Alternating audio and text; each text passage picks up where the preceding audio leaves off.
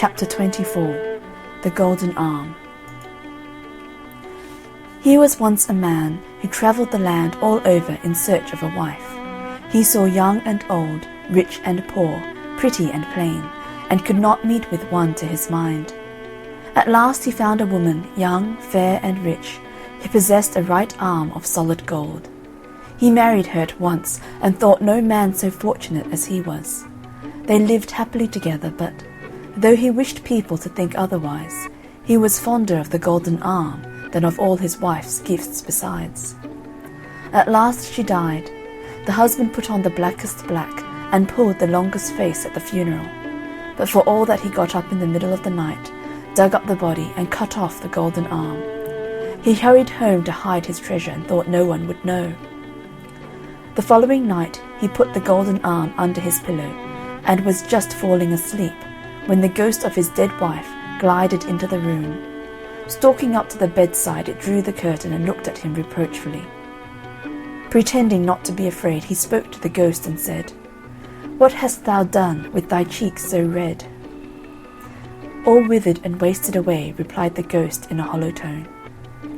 "What hast thou done with thy red rosy lips?" "All withered and wasted away." "What hast thou done with thy golden hair?" "All withered and wasted away." "What hast thou done with thy golden arm?" "Thou hast it." End of Chapter 24. The Golden Arm. Chapter 25. The History of Tom Thumb. In the days of the great Prince Arthur, there lived a mighty magician called Merlin, the most learned and skilful enchanter the world has ever seen. This famous magician, who could take any form he pleased, was travelling about as a poor beggar, and being very tired, he stopped at the cottage of a ploughman to rest himself, and asked for some food. The countryman bade him welcome, and his wife, who was a very good-hearted woman, soon brought him some milk in a wooden bowl, and some coarse brown bread on a platter. Merlin was much pleased with the kindness of the ploughman and his wife, but he could not help noticing that though everything was neat and comfortable in the cottage, they seemed both to be very unhappy.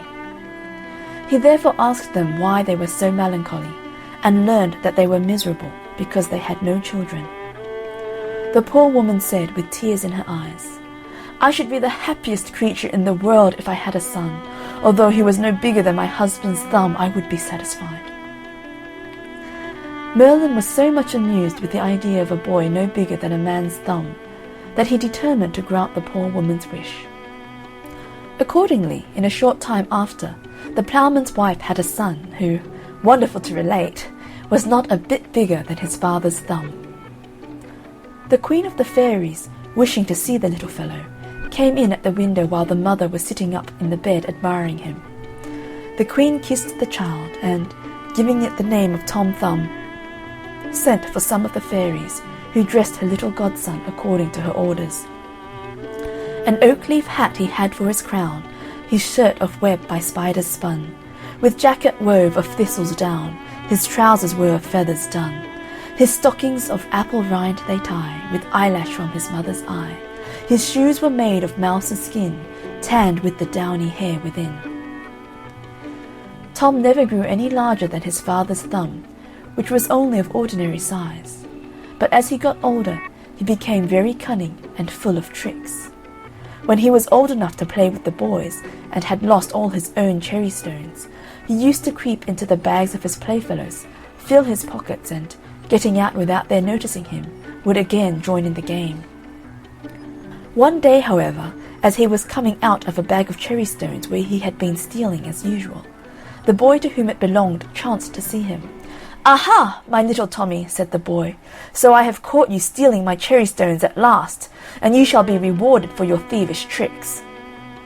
On saying this, he drew the string tight round his neck, and gave the bag such a hearty shake that poor little Tom's legs, thighs, and body was sadly bruised. He roared out with pain and begged to be let out, promising never to steal again. A short time afterwards, his mother was making a batter pudding, and Tom, being very anxious to see how it was made, climbed up to the edge of the bowl, but his foot slipped, and he plumped over head and ears into the batter, without his mother noticing him, who stirred him into the pudding bag and put him in the pot to boil. The batter filled Tom's mouth and prevented him from crying, but on feeling the hot water he kicked and struggled so much in the pot that his mother thought that the pudding was bewitched, and pulling it out of the pot, she threw it outside the door. A poor tinker who was passing by lifted up the pudding, and putting it into his budget, he then walked off. As Tom had now got his mouth cleared of the batter, he then began to cry aloud, which so frightened the tinker that he flung down the pudding and ran away. The pudding being broke to pieces by the fall, Tom crept out, covered all over with the batter, and walked home. His mother, who was very sorry to see her darling in such a woeful state, put him into a teacup, and soon washed off the batter, after which she kissed him and laid him in bed. Soon after the adventure of the pudding, Tom's mother went to milk her cow in the meadow, and she took him along with her. As the wind was very high, for fear of being blown away, she tied him to a thistle with a piece of fine thread. The cow soon observed Tom's oak leaf hat, and liking the appearance of it, took poor Tom and the thistle at one mouthful. While the cow was chewing the thistle, Tom was afraid of her great teeth, which threatened to crush him in pieces, and he roared out as loud as he could, "Mother, mother!" "Where are you, Tommy, my dear Tommy?" said his mother. "Here, mother," replied he, "in the red cow's mouth." His mother began to cry and wring her hands, but the cow, surprised at the odd noise in her throat, opened her mouth and let Tom drop out. Fortunately, his mother caught him in her apron as he was falling to the ground, or he would have been dreadfully hurt. She then put Tom in her bosom and ran home with him. Tom's father made him a whip of a barley straw to drive the cattle with, and having one day gone into the fields, he slipped a foot and rolled into the furrow. A raven which was flying over picked him up and flew with him over the sea, and there dropped him. A large fish swallowed Tom the moment he fell into the sea, which was soon after caught and brought for the table of King Arthur.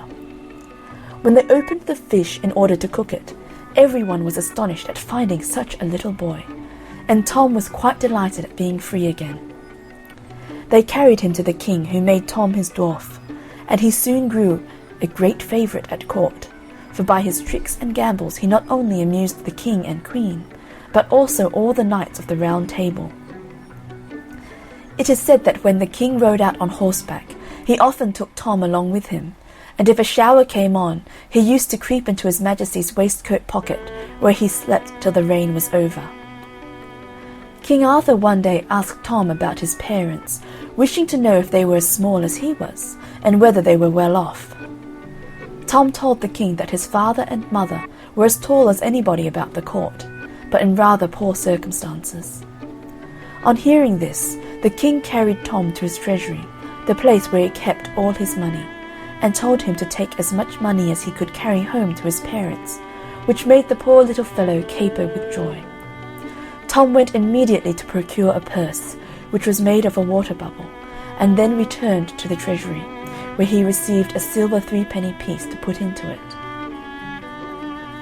Our little hero had some difficulty in lifting the burden upon his back, but he at last succeeded in getting it placed to his mind, and set forward on his journey.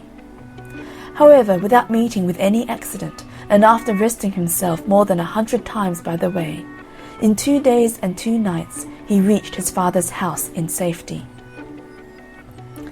Tom had travelled 48 hours with a huge silver piece on his back, and was almost tired to death when his mother ran out to meet him, and carried him into the house. But he soon returned to court. As Tom's clothes had suffered much in the batter pudding and the inside of the fish, his Majesty ordered him a new suit of clothes, and to be mounted as a knight on a mouse. Of butterflies' wings his shirt was made, his boots of chickens' hides, and by a nimble fairy blade, well learned in the tailoring trade, his clothing was supplied.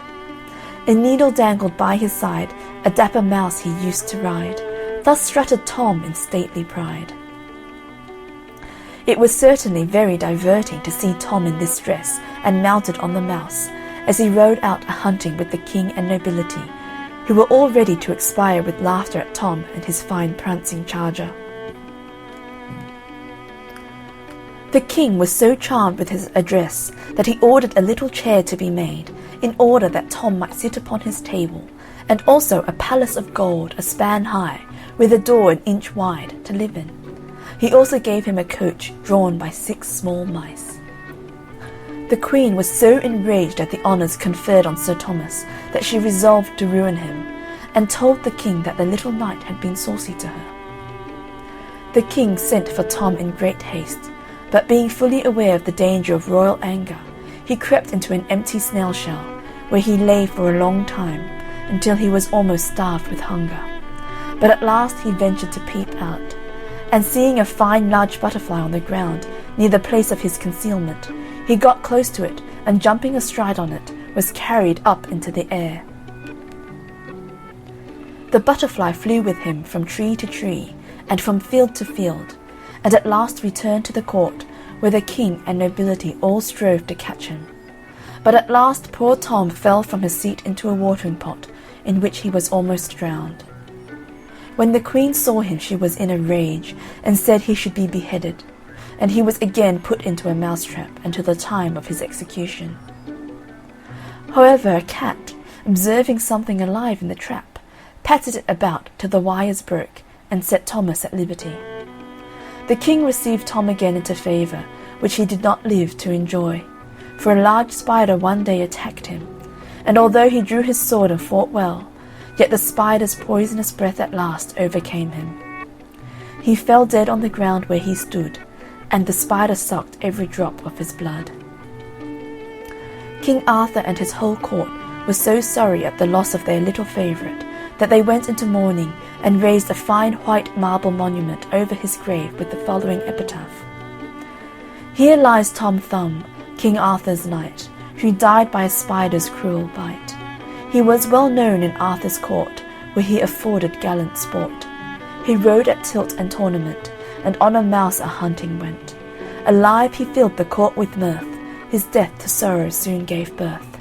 Wipe your eyes and shake your head, and cry, alas, Tom Thumb is dead." End of chapter 25. The history of Tom Thumb. Chapter 26. Mr. Fox. Lady Mary was young, and Lady Mary was fair. She had 2 brothers, and more lovers than she could count. But of them all, the bravest and most gallant was a Mr. Fox, whom she met when she was down at her father's country house. No one knew who Mr. Fox was, but he was certainly brave, and surely rich, and of all her lovers, Lady Mary cared for him alone. At last it was agreed upon between them that they should be married. Lady Mary asked Mr. Fox where they should live, and he described to her his castle and where it was, but strange to say did not ask her or her brothers to come and see it. So one day near the wedding day, when her brothers were out, and Mr. Fox was away for a day or 2 on business, as he said, Lady Mary set out for Mr. Fox's castle. And after many searchings, she came at last to it, and a fine strong house it was, with high walls and a deep moat. And when she came up to the gateway, she saw written on it, "Be bold, be bold." But as the gate was open, she went through it, and found no one there. So she went up to the doorway, and over it she found written, be bold, but not too bold." Still she went on, till she came into the hall, and went up the broad stairs, till she came to a door in the gallery, over which was written, be bold, but not too bold, lest that your heart's blood should run cold." But Lady Mary was a brave one, she was, and she opened the door, and what do you think she saw? Why, bodies and skeletons of beautiful young ladies, all stained with blood. So Lady Mary thought it was high time to get out of that horrid place, and she closed the door, went through the gallery, and was just going down the stairs and out of the hall, when who should she see through the window but Mr. Fox dragging a beautiful young lady along from the gateway to the door. Lady Mary rushed downstairs and hid herself behind a cask, just in time as Mr. Fox came in with the poor young lady, who seemed to have fainted. Just as he got near Lady Mary, Mr. Fox saw a diamond ring glittering on the finger of the young lady he was dragging, and he tried to pull it off. But it was tightly fixed and would not come off. So Mr. Fox cursed and swore, and drew his sword and raised it, and brought it down upon the hand of the poor lady. The sword cut off the hand, which jumped up into the air, and fell, of all places in the world, into Lady Mary's lap. Mr. Fox looked about a bit, but did not think of looking behind the cask. So at last he went on dragging the young lady up the stairs into the bloody chamber. As soon as she heard him pass through the gallery, Lady Mary crept out of the door, down through the gateway, and ran home as fast as she could. Now it happened that the very next day the marriage contract of Lady Mary and Mr. Fox was to be signed, and there was a splendid breakfast before that. And when Mr. Fox was seated at table opposite Lady Mary, he looked at her. "How pale you are this morning, my dear." "Yes," said she, "I had a bad night's rest last night. I had horrible dreams." "Dreams go by contraries," said Mr. Fox. "But tell us your dream, and your sweet voice will make the time pass till the happy hour comes."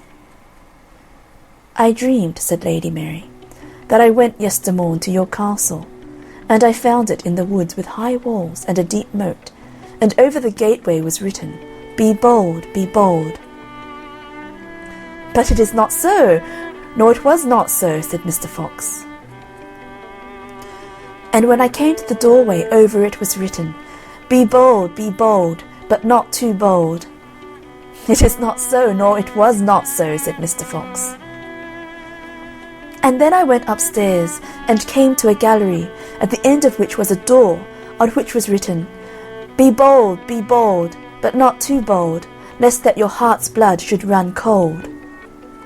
"It is not so, nor it was not so," said Mr. Fox. And then I opened the door, and the room was filled with bodies and skeletons of poor dead women, all stained with their blood. "It is not so, nor it was not so, and God forbid it should be so," said Mr. Fox. I then dreamed that I rushed down the gallery, and just as I was going down the stairs, I saw you, Mr. Fox, coming up to the hall door, dragging after you a poor young lady, rich and beautiful. "It is not so, nor it was not so, and God forbid it should be so," said Mr. Fox.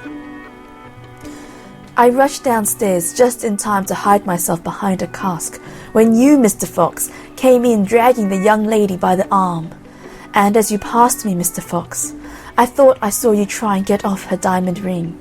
And when you could not, Mr. Fox, it seemed to me in my dream that you out with your sword and hacked off the poor lady's hand to get the ring. "It is not so, nor it was not so, and God forbid it should be so," said Mr. Fox, and was going to say something else as he rose from his seat, when Lady Mary cried out, "But it is so, and it was so. Here's hand and ring I have to show," and pulled out the lady's hand from her dress and pointed it straight at Mr. Fox. At once her brothers and her friends drew their swords and cut Mr. Fox into 1,000 pieces. End of chapter 26. Mr. Fox. Chapter 27. Lazy Jack. Once upon a time there was a boy whose name was Jack, and he lived with his mother on a common. They were very poor, and the old woman got her living by spinning. But Jack was so lazy that he would do nothing but bask in the sun in the hot weather, and sit by the corner of the hearth in the winter time. So they called him Lazy Jack. His mother could not get him to do anything for her, and at last told him one Monday that if he did not begin to work for his porridge, she would turn him out to get his living as he could. This roused Jack, and he went out and hired himself for the next day to a neighbouring farmer for a penny. But as he was coming home, never having had any money before, he lost it in passing over a brook. "You stupid boy," said his mother. "You should have put it in your pocket." "I'll do so another time," replied Jack. On Wednesday, Jack went out again and hired himself to a cowkeeper, who gave him a jar of milk for his day's work. Jack took the jar and put it into the large pocket of his jacket, spilling it all long before he got home. "Dear me," said the old woman, "you should have carried it on your head." "I'll do so another time," said Jack. So on Thursday, Jack hired himself again to a farmer, who agreed to give him a cream cheese for his services. In the evening, Jack took the cheese and went home with it on his head. By the time he got home, the cheese was all spoilt, part of it being lost, and part matted with his hair. "You stupid lout," said his mother. "You should have carried it very carefully in your hands." "I'll do so another time," replied Jack. On Friday, Lazy Jack again went out and hired himself to a baker, who would give him nothing for his work but a large tomcat. Jack took the cat and began carrying it very carefully in his hands. But in a short time Pussy scratched him so much that he was compelled to let it go. When he got home, his mother said to him, "You silly fellow, you should have tied it with a string and dragged it along after you." "I'll do so another time," said Jack. So on Saturday, Jack hired himself to a butcher, who rewarded him by the handsome present of a shoulder of mutton. Jack took the mutton, tied it to a string, and trailed it along after him in the dirt, so that by the time he had got home, the meat was completely spoiled. His mother was this time quite out of patience with him, for the next day was Sunday, and she was obliged to make do with cabbage for her dinner. "You ninny hammer," said she to her son, "you should have carried it on your shoulder." "I'll do so another time," replied Jack. On the next Monday, Lazy Jack went once more and hired himself to a cattle keeper, who gave him a donkey for his trouble. Jack found it hard to hoist the donkey on his shoulders, but at last he did it, and began walking slowly home with his prize. Now it happened that in the course of his journey there lived a rich man with his only daughter, a beautiful girl, but deaf and dumb. Now she had never laughed in her life, and the doctors said she would never speak till somebody made her laugh. This young lady happened to be looking out of the window when Jack was passing with the donkey on his shoulders, with the legs sticking up in the air, and the sight was so comical and strange that she burst out into a great fit of laughter, and immediately recovered her speech and hearing. Her father was overjoyed, and fulfilled his promise by marrying her to Lazy Jack, who was thus made a rich gentleman. They lived in a large house, and Jack's mother lived with them in great happiness until she died. End of chapter 27. Lazy Jack. Chapter 28. Johnny Cake. Once upon a time there was an old man and an old woman and a little boy. One morning the old woman made a Johnny cake and put it in the oven to bake. "You watch the Johnny cake while your father and I go out to work in the garden."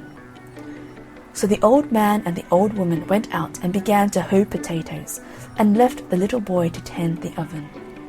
But he didn't watch it all the time, and all of a sudden he heard a noise, and he looked up, and the oven door popped open, and out of the oven jumped Johnny Cake, and went rolling along end over end towards the open door of the house. The little boy ran to shut the door, but Johnny Cake was too quick for him, and rolled through the door, down the steps, and out into the road long before the little boy could catch him. The little boy ran after him as fast as he could clip it, crying out to his father and mother, who heard the uproar, and threw down their hoes and gave chase too. But Johnny Cake outran all three a long way, and was soon out of sight, while they had to sit down, all out of breath, on a bank to rest. On went Johnny Cake, and by he came to two well diggers who looked up from their work and called out, "Where are you going, Johnny Cake?" He said, "I've outrun an old man, an old woman, and a little boy, and I can outrun you too." "You can you? We'll see about that," said they, and they threw down their picks and ran after him, but couldn't catch up with him, and soon they had to sit down by the roadside to rest. On ran Johnny Cake, and by he came to two ditch diggers who were digging a ditch. "Where are you going, Johnny Cake?" said they. He said, "I've outrun an old man and an old woman and a little boy and two well diggers, and I can outrun you too." "You can you? We'll see about that," said they. And they threw down their spades and ran after him too. But Johnny Cake soon outstripped them also, and seeing they could never catch him, they gave up the chase and sat down to rest. On went Johnny Cake, and by he came to a bear. The bear said, "Where are you going, Johnny Cake?" He said, "I've outrun an old man and an old woman and a little boy and two well diggers and two ditch diggers, and I can outrun you too." "You can you?" growled the bear. "We'll see about that," and trotted as fast as his legs could carry him after Johnny Cake, who never stopped to look behind him.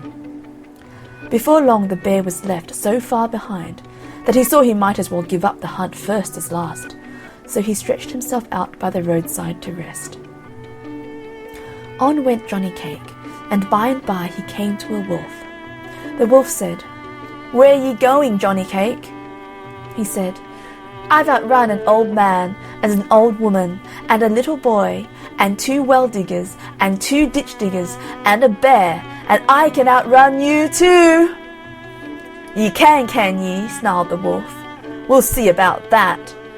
And he set into a gallop after Johnny Cake, who went on and on so fast that the wolf too saw there was no hope of overtaking him, and he too lay down to rest. On went Johnny Cake, and by he came to a fox that lay quietly in a corner of the fence. The fox called out in a sharp voice, but without getting up, "Where are you going, Johnny Cake?"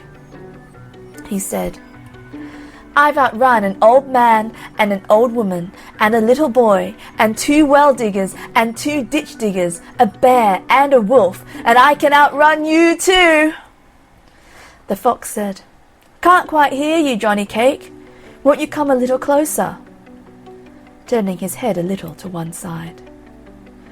Johnny Cake stopped his race for the first time and went a little closer and called out in a very loud voice, "I've outrun an old man and an old woman and a little boy and two well diggers and two ditch diggers and a bear and a wolf, and I can outrun you too." "Can't quite hear you. Won't you come a little closer?" said the fox in a feeble voice, as he stretched out his neck towards Johnny Cake and put one paw behind his ear. Johnny Cake came up close and leaning towards the fox screamed out, "I've outrun an old man and an old woman and a little boy and two well diggers and two ditch diggers and a bear and a wolf, and I can outrun you too." "You can you?" yelped the fox, and he snapped up the Johnny Cake in his sharp teeth in the twinkling of an eye. End of chapter 28. Johnny Cake. Chapter 29. Earl Mar's Daughter. One fine summer's day, Earl Mar's daughter went into the castle garden, dancing and tripping along, and as she played and sported, she would stop from time to listen to the music of the birds. After a while, as she sat under the shade of a green oak tree, she looked up and spied a sprightly dove sitting high up on one of its branches. She looked up and said, "Coo, my dove, my dear, come down to me and I will give you a golden cage. I'll take you home and pet you well as any bird of them all." Scarcely had she said these words when the dove flew down from the branch and settled on her shoulder, nestling up against her neck while she smoothed its feathers. Then she took it home to her own room. The day was done and the night came on, and Earl Mar's daughter was thinking of going to sleep when, turning round, she found at her side a handsome young man. She was startled, for the door had been locked for hours. But she was a brave girl and said, "What are you doing here, young man, to come and startle me so? The door was barred these hours ago. However did you come here?" "Hush, hush," the young man whispered. "I was that cooing dove that you coaxed from off the tree." "But who are you then?" she said quite low. "And how came you to be changed into that dear little bird?" "My name is Florentine, and my mother is a queen, and something more than a queen, for she knows magic and spells, and because I would not do as she wished, she turned me into a dove by day, but at night her spells lose their power and I become a man again. Today I crossed the sea and saw you for the first time, and I was glad to be a bird that I could come near you. Unless you love me, I shall never be happy more." "But if I love you," says she, "will you not fly away and leave me one of these fine days?" "Never, never," said the prince. "Be my wife, and I'll be yours forever. By day a bird, by night a prince. I will always be by your side as a husband, dear." So they were married in secret, and lived happily in the castle, and no one knew that every night Coo My Dove became Prince Florentine. And every year a little son came to them, as bonny could be. But as each son was born, Prince Florentine carried the little thing away on his back over the sea to where the queen his mother lived, and left the little one with her. 7 years passed thus, and then a great trouble came to them, for the Earl Mar wished to marry his daughter to a noble of high degree who came wooing her. Her father pressed her sore, but she said, "Father dear, I do not wish to marry. I can be quite happy with Coo My Dove here." Then her father got into a mighty rage, and swore a great big oath, and said, "Tomorrow, so sure as I live and eat, I'll twist that birdie's neck."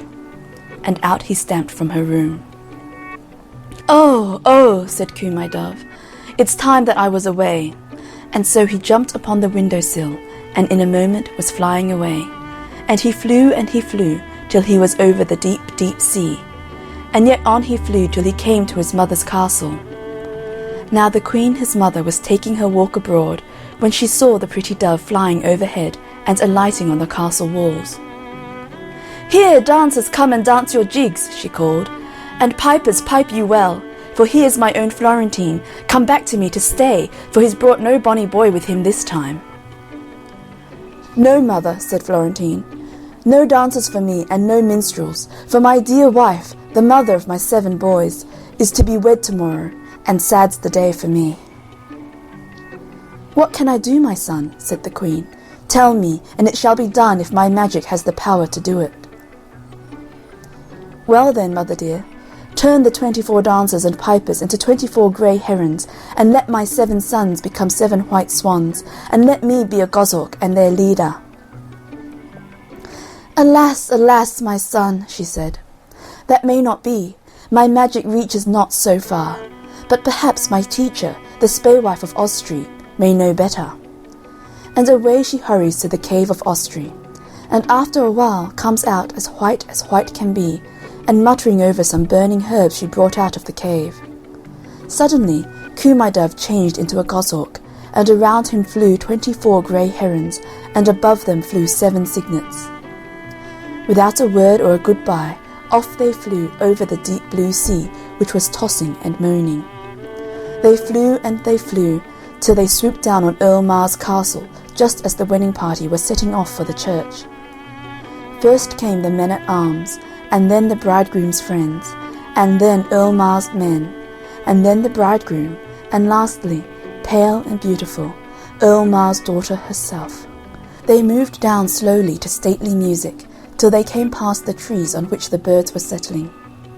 A word from Prince Florentine the goshawk, and they all rose into the air, herons beneath, cygnets above, and goshawk circling above all. The Weddineers wondered at the sight when, swoop, the herons were down among them, scattering the men-at-arms. The swanlets took charge of the bride, while the goshawk dashed down and tied the bridegroom to a tree. Then the herons gathered themselves together into one feather-bed, and the cygnets placed their mother upon them. And suddenly they all rose in the air, bearing the bride away with them in safety towards Prince Florentine's home. Surely a wedding party was never so disturbed in this world. What could the Weddineers do?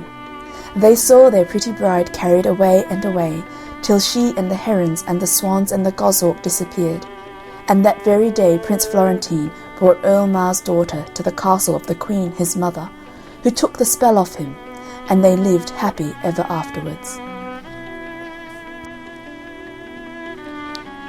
End of chapter 29. Earl Mar's Daughter. Chapter 30. Mr. Miacca. Tommy Grimes was sometimes a good boy and sometimes a bad boy, and when he was a bad boy, he was a very bad boy. Now his mother used to say to him, "Tommy, Tommy, be a good boy, and don't go out of the street, or else Mr. Miacca will take you." But still, when he was a bad boy, he would go out of the street. And one day, sure enough, he had scarcely got round the corner when Mr. Miacca did catch him and popped him into a bag upside down and took him off to his house. When Mr. Miacca got Tommy inside, he pulled him out of the bag and set him down and felt his arms and legs. "You're rather tough," says he, "but you're all I've got for supper, and you'll not taste bad boiled. But body o' me, I forgot the herbs, and it's bitter you'll taste without herbs. Sally! Here I say, Sally!" And he called Mrs. Miacca. So Mrs. Miacca came out of another room and said, "What do you want, my dear?" "Oh, here's a little boy for supper," said Mr. Miacca, "and I forgot the herbs. Mind him, will ye, while I go for them?" "All right, my love," says Mrs. Miacca, and off he goes. Then Tommy Grimes said to Mrs. Miacca, "Does Mr. Miacca always have little boys for supper?" "Mostly, my dear," said Mrs. Miacca, "if little boys are bad enough and get in his way." "And don't you have anything else but boy meat? No pudding?" asked Tommy. "I loves pudding," says Mrs. Miacca, "but it's not often the likes of me gets pudding." "Why, my mother is making a pudding this very day," said Tommy Grimes, "and I'm sure she'd give you some if I ask her.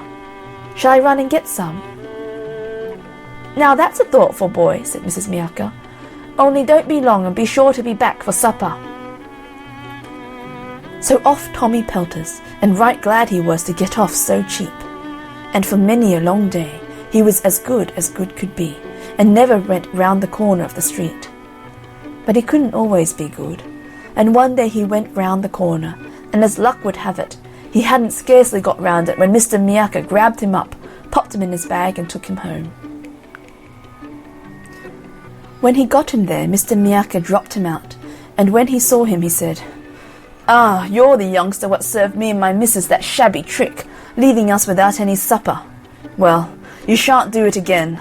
I'll watch over you myself. Here, get under the sofa, and I'll set on it and watch the pot boil for you." So poor Tommy Grimes had to creep under the sofa, and Mr. Miacca sat on it and waited for the pot to boil. And they waited, but still the pot didn't boil, till at last Mr. Miacca got tired of waiting, and he said, "Here, you under there, I'm not going to wait any longer. Put out your leg, and I'll stop your giving us the slip." So Tommy put out a leg, and Mr. Miacca got a chopper and chopped it off, and pops it in the pot.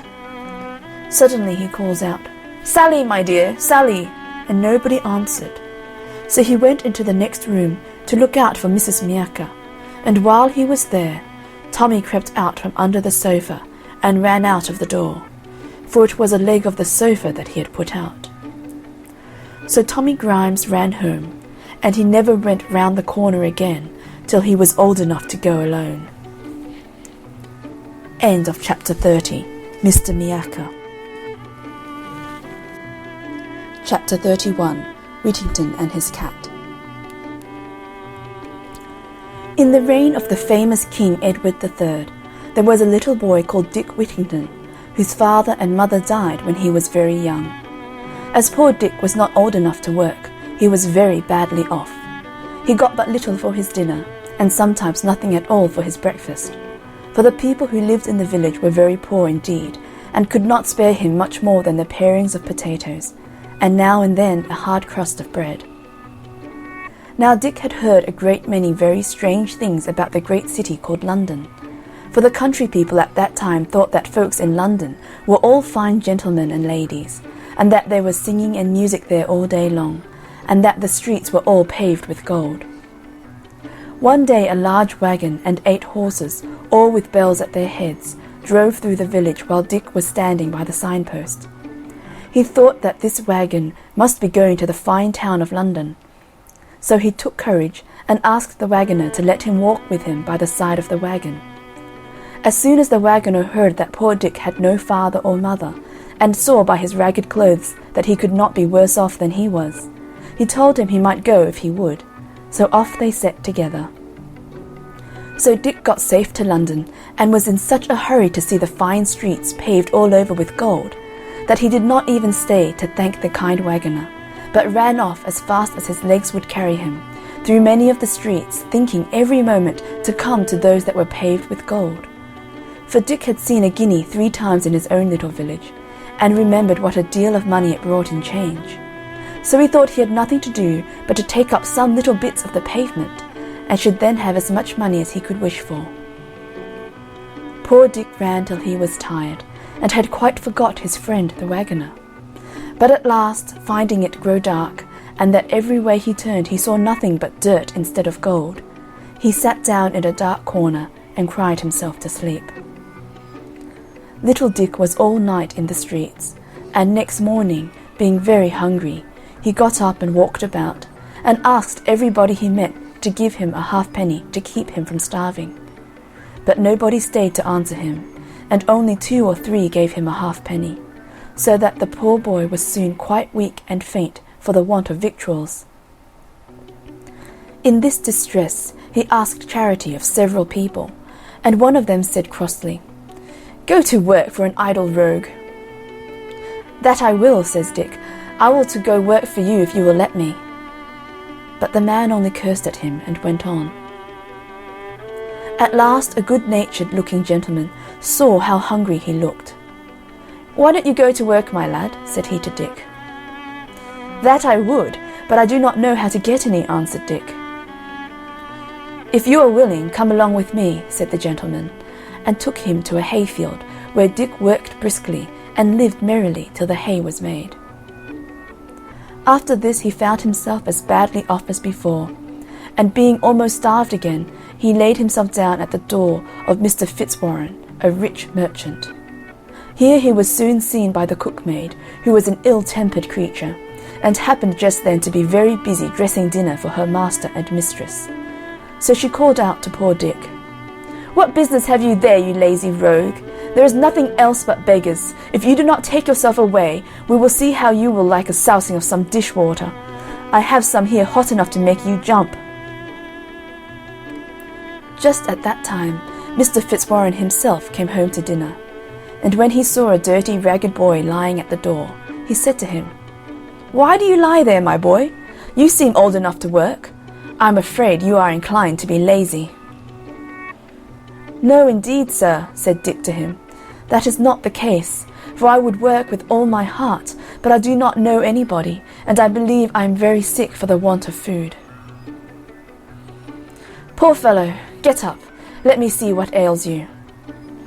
Dick now tried to rise, but was obliged to lie down again, being too weak to stand, for he had not eaten any food for 3 days, and was no longer able to run about and beg a halfpenny of people in the street. So the kind merchant ordered him to be taken into the house, and have a good dinner given him, and be kept to do what work he was able to do for the cook. Little Dick would have lived very happy in this good family, if it had not been for the ill-natured cook. She used to say, "You are under me, so look sharp. Clean the spit and the dripping pan, make the fires, wind up the jack, and do all the scullery work nimbly, or—" and she would shake the ladle at him. Besides, she was so fond of basting that when she had no meat to baste, she would baste poor Dick's head and shoulders with a broom, or anything else that happened to fall in her way. At last her ill usage of him was told to Alice, Mr. Fitzwarren's daughter, who told the cook she should be turned away if she did not treat him kinder. The behaviour of the cook was now a little better, but besides this, Dick had another hardship to get over. His bed stood in a garret, where there were so many holes in the floor and the walls that every night he was tormented with rats and mice. A gentleman having given Dick a penny for cleaning his shoes, he thought he would buy a cat with it. The next day he saw a girl with a cat and asked her, "Will you let me have that cat for a penny?" The girl said, "Yes, that I will, master, though she is an excellent mouser." Dick hid his cat in the garret, and always took care to carry a part of his dinner to her, and in a short time he had no more trouble with the rats and mice, but slept quite sound every night. Soon after this, his master had a ship ready to sail, and as it was the custom that all his servants should have some chance for good fortune as well as himself, he called them all into the parlour and asked them what they would send out. They all had something that they were willing to venture except poor Dick, who had neither money nor goods, and therefore could send nothing. For this reason he did not come into the parlour with the rest, but Miss Alice guessed what was the matter, and ordered him to be called in. She then said, "I will lay down some money for him from my own purse." But her father told her, "This will not do, for it must be something of his own." When poor Dick heard this, he said, "I have nothing but a cat which I bought for a penny some time since of a little girl." "Fetch your cat then, my lad," said Mr. Fitzwarren, "and let her go." Dick went upstairs and brought down poor Puss with tears in his eyes, and gave her to the captain. "For," he said, "I shall now be kept awake all night by the rats and mice." All the company laughed at Dick's odd venture, and Miss Alice, who felt pity for him, gave him some money to buy another cat. This and many other marks of kindness shown him by Miss Alice made the ill-tempered cook jealous of poor Dick, and she began to use him more cruelly than ever, and always made game of him for sending his cat to sea. She asked him, "Do you think your cat will sell for as much money as would buy a stick to beat you?"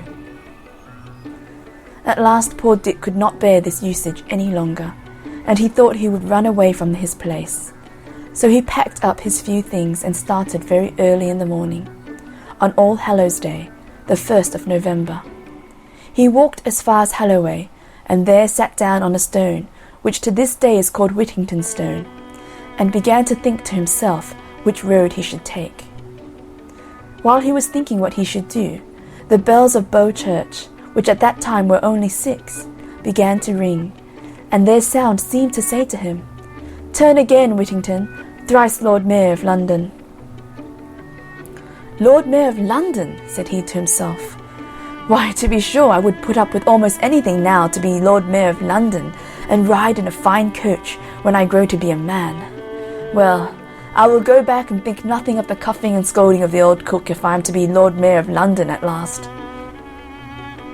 Dick went back, and was lucky enough to get into the house and set about his work before the old cook came downstairs. We must now follow Miss Puss to the coast of Africa.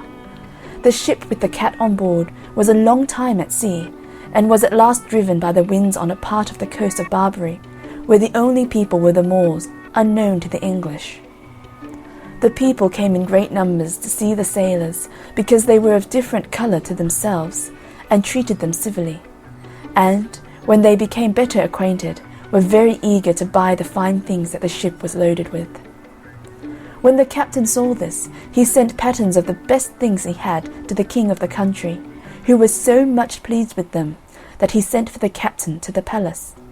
Here they were placed, as it is the custom of the country, on rich carpets flowered with gold and silver. The king and queen were seated at the upper end of the room, and a number of dishes were brought in for dinner.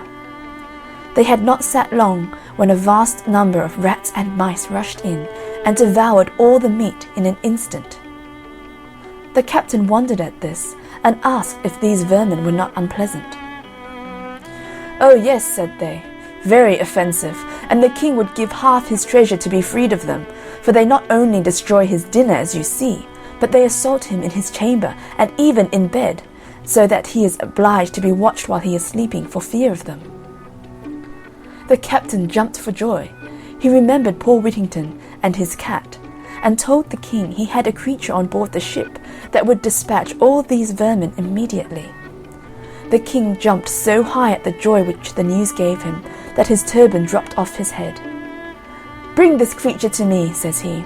"Vermin are dreadful in a court, and if she will perform what you say, I will load your ship with gold and jewels in exchange for her." The captain, who knew his business, took this opportunity to set forth the merits of Miss Puss. He told His Majesty, "It is not very convenient to part with her, as when she is gone, the rats and mice may destroy the goods in the ship. But to oblige your Majesty, I will fetch her." "Run, run," said the Queen. "I am impatient to see the dear creature." Away went the captain to the ship, while another dinner was got ready. He put Puss under his arm, and arrived at the place just in time to see the table full of rats. When the cat saw them, she did not wait for bidding, but jumped out of the captain's arms, and in a few minutes laid almost all the rats and mice dead at her feet. The rest of them in their fright scampered away to their holes.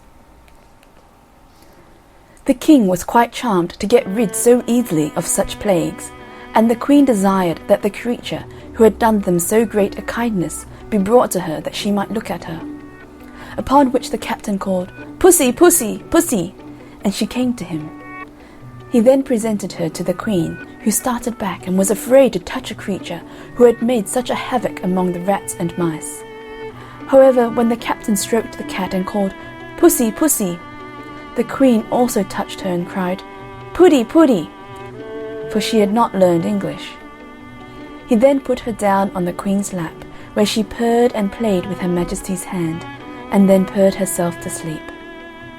The king, having seen the exploits of Mrs. Puss, and being informed that her kittens would stock the whole country and keep it free from rats, bargained with the captain for the whole ship's cargo, and then gave him 10 times as much for the cat as all the rest amounted to. The captain then took leave of the royal party, and set sail with a fair wind for England, and after a happy voyage arrived safe in London. One morning early, Mr. Fitzwarren had just come to his counting-house and seated himself at the desk to count over the cash and settle the business for the day, when somebody came tap-tap at the door. "Who's there?" said Mr. Fitzwarren. "A friend," answered the other. "I come to bring you good news of your ship Unicorn." The merchant, bustling up in such a hurry that he forgot his gout, opened the door, and who should he see waiting but the captain and factor, with a cabinet of jewels and a bill of lading. When he looked at this, the merchant lifted up his eyes and thanked heaven for sending him such a prosperous voyage. They then told the story of the cat, and showed the rich present that the king and queen had sent for her to poor Dick. As soon as the merchant heard this, he called out to his servants, "Go send him in, and tell him of his fame. Pray call him Mr. Whittington by name." Mr. Fitzwarren now showed himself to be a good man, for when some of his servants said so great a treasure was too much for him, he answered, "God forbid I should deprive him of the value of a single penny. It is his own, and he shall have it to a farthing." He then sent for Dick, who at that time was scouring pots for the cook, and was quite dirty. He would have excused himself from coming into the counting-house, saying, "The room is swept, and my shoes are dirty and full of hobnails." But the merchant ordered him to come in. Mr. Fitzwarren ordered a chair to be set for him, and so he began to think they were making game of him, at the same time said to them, "Do not play tricks with a poor simple boy, but let me go down again, if you please, to my work." "Indeed, Mr. Whittington," said the merchant, "we are all quite in earnest with you, and I most heartily rejoice in the news that these gentlemen have brought you. For the captain has sold your cat to the King of Barbary, and brought you in return for her more riches than I possess in the whole world, and I wish you may long enjoy them." Mr. Fitzwarren then told the men to open the great treasure they had brought with them, and said, "Mr. Whittington has nothing to do but to put it in some place of safety." Poor Dick hardly knew how to behave himself for joy. He begged his master to take what part of it he pleased, since he owed it all to his kindness. "No, no," answered Mr. Fitzwarren. "This is all your own, and I have no doubt but you will use it well." Dick next asked his mistress, and then Miss Alice, to accept a part of his good fortune, but they would not, and at the same time told him they felt great joy at his good success. But this poor fellow was too kind-hearted to keep it all to himself.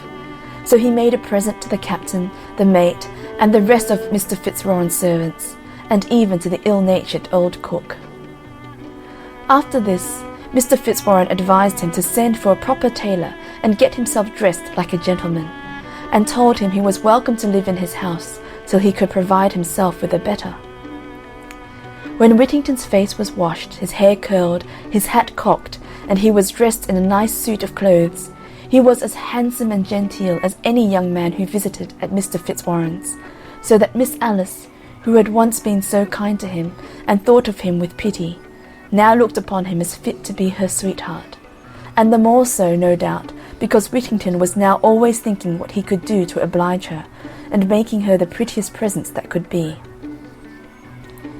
Mr. Fitzwarren soon saw their love for each other, and proposed to join them in marriage, and to this they both readily agreed. A day for the wedding was soon fixed, and they were attended to church by the Lord Mayor, the Court of Aldermen, the Sheriffs, and a great number of the richest merchants in London, whom they afterwards treated with a very rich feast. History tells us that Mr. Whittington and his lady lived in great splendour and were very happy. They had several children. He was Sheriff of London, thrice Lord Mayor, and received the honour of knighthood by Henry V. He entertained this king and his queen at dinner after his conquest of France so grandly that the king said, "Never had prince such a subject." When Sir Richard heard this, he said, "Never had subject such a prince." The figure of Sir Richard Whittington with his cat in his arms, carved in stone, was to be seen till the year 1780 over the archway of the old prison of Newgate, which he built for criminals. End of chapter 31. Whittington and his cat. Chapter 32. The Strange Visitor. A woman was sitting at her reel one night, and still she sat, and still she reeled, and still she wished for company. In came a pair of broad soles, and sat down at the fireside. And still she sat, and still she reeled, and still she wished for company. In came a pair of small legs, and sat down on the broad soles. And still she sat, and still she reeled, and still she wished for company. In came a pair of thick knees, and sat down on the small legs. And still she sat, and still she reeled, and still she wished for company. In came a pair of thin thighs, and sat down on the thick knees. And still she sat, and still she reeled, and still she wished for company. In came a pair of huge hips, and sat down on the thin thighs. And still she sat, and still she reeled, and still she wished for company. In came a wee waist, and sat down on the huge hips. And still she sat, and still she reeled, and still she wished for company. In came a pair of broad shoulders, and sat down on the wee waist. And still she sat, and still she reeled, and still she wished for company. In came a pair of small arms, and sat down on the broad shoulders. And still she sat, and still she reeled, and still she wished for company. In came a pair of huge hands, and sat down on the small arms. And still she sat, and still she reeled, and still she wished for company. In came a small neck, and sat down on the broad shoulders.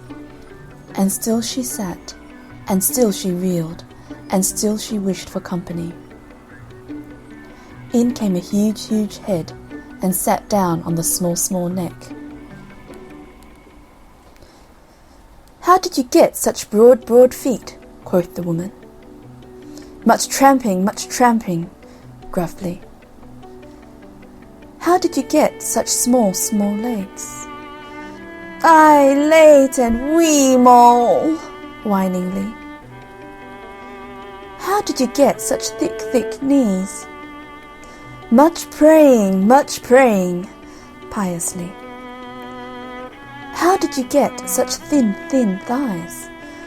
"I late and wee mole," whiningly. "How did you get such big, big hips?" much sitting, gruffly. "How did you get such a wee, wee waist?" "I late and wee mole." "How did you get such broad, broad shoulders?" With carrying broom, gruffly. "How did you get such small, small arms?" "I late and wee mole," whiningly. "How did you get such huge, huge hands?" Threshing with an iron flail, gruffly. "How did you get such a small, small neck?" "I late and wee mole," pitifully. "How did you get such a huge, huge head?" Much knowledge, keenly. "What do you come for?" "For you!" at the top of the voice, with a wave of the arm and a stamp of the feet. End of chapter 32. The Strange Visitor. Chapter 33. The Laidly Worm of Spindleston Heugh. In Bamborough Castle once lived a king who had a fair wife and 2 children, a son named Childe Wynd and a daughter named Margaret. Childe Wynd went forth to seek his fortune, and soon after he had gone, the queen his mother died.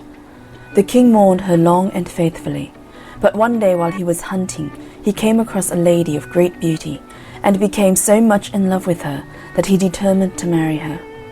So he sent word home that he was going to bring a new queen to Bamborough Castle.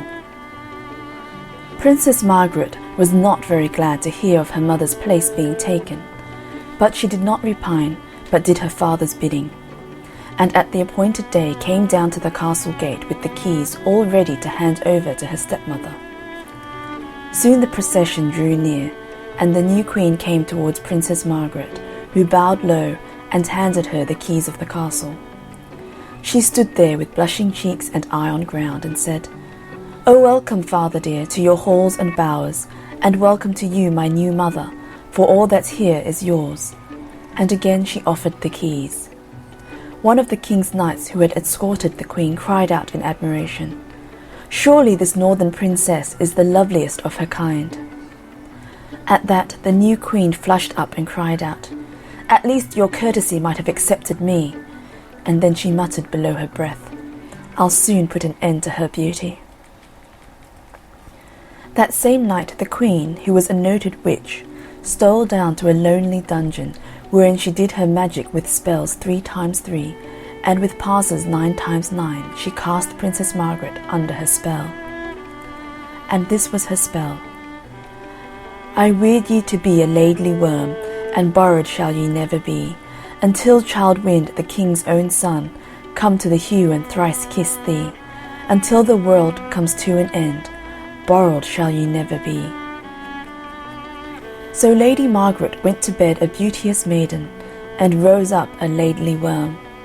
And when her maidens came in to dress her in the morning, they found coiled up on the bed a dreadful dragon, which uncoiled itself and came towards them. But they ran away shrieking, and the laidly worm crawled and crept and crawled, till it reached the heugh or rock of the Spindlestone, round which it coiled itself, and lay there basking with its terrible snout in the air. Soon the country round about had reason to know of the laidly worm of Spindleston Heugh. For hunger drove the monster out from its cave, and it used to devour everything it could come across. So at last they went to a mighty warlock, and asked him what they should do. Then he consulted his works and his familiar, and told them, "The laidly worm is really the Princess Margaret, and it is hunger that drives her forth to do such deeds. Put aside for her 7 kine, and each day as the sun goes down, carry every drop of milk they yield to the stone trough at the foot of the heugh, and the laidly worm will trouble the country no longer.